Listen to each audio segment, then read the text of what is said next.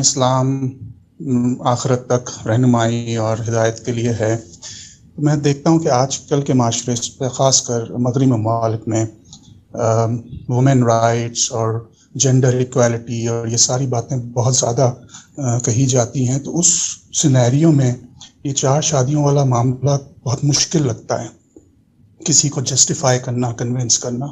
تو کہیں ایسا تو نہیں تھا گاندھی صاحب کہ یہ ہدایت صرف ایک خاص دور کے لیے تھی، یا اگر ابھی بھی ہے تو گورنمنٹ یا حکومت اس معاملے میں کچھ قانون سازی کر سکتی ہے؟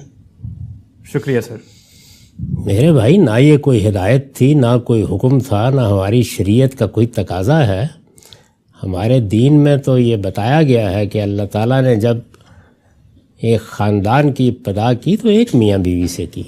یعنی سیدنا آدم کے لیے کوئی 10 حوا نہیں بنائی، ایک ہی حوا بنائی، اور یہ تعلیم دی اس سے کہ ایک اچھا خاندان جس میں باہمی اعتماد ہو، جس میں بچوں کو محکم اور مستحکم ماحول میسر ہو، وہ ایک ہی میاں بیوی کے تعلق سے قائم ہوتا ہے.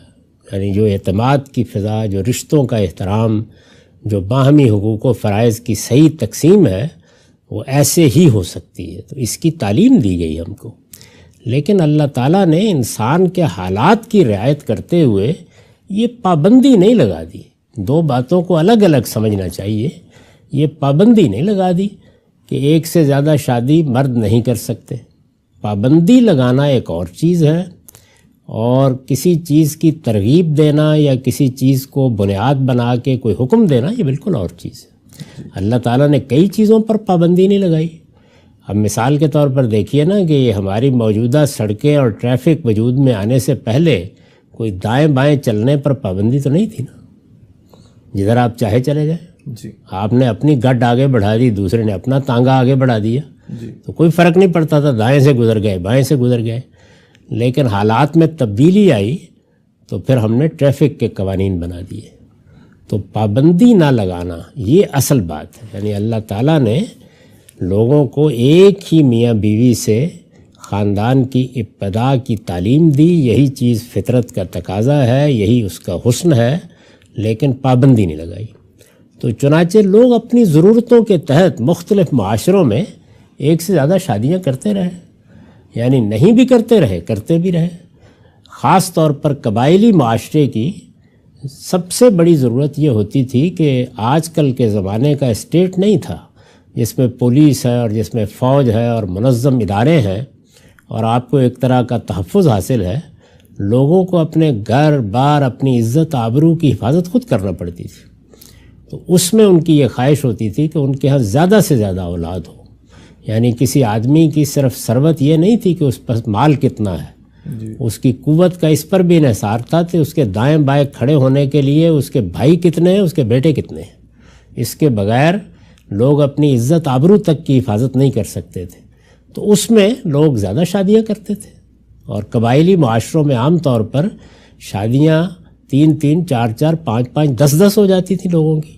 اور مقصد یہی ہوتا تھا کہ زیادہ تعداد میں بچے ہوں، ہمارے دائیں بائیں کھڑے ہوں. اس میں ظاہر ہے کہ جب ایک اجازت ہوتی ہے تو لوگ اس کو غلط استعمال بھی کرتے ہیں.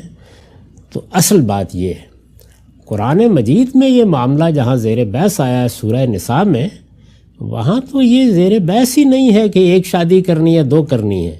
وہاں مسئلہ یہ زیر بحث ہے کہ جنگ احد میں بہت سے لوگ شہید ہو گئے ہیں، ان کی بیوائیں ہیں، ان کے یتیم بچے ہیں.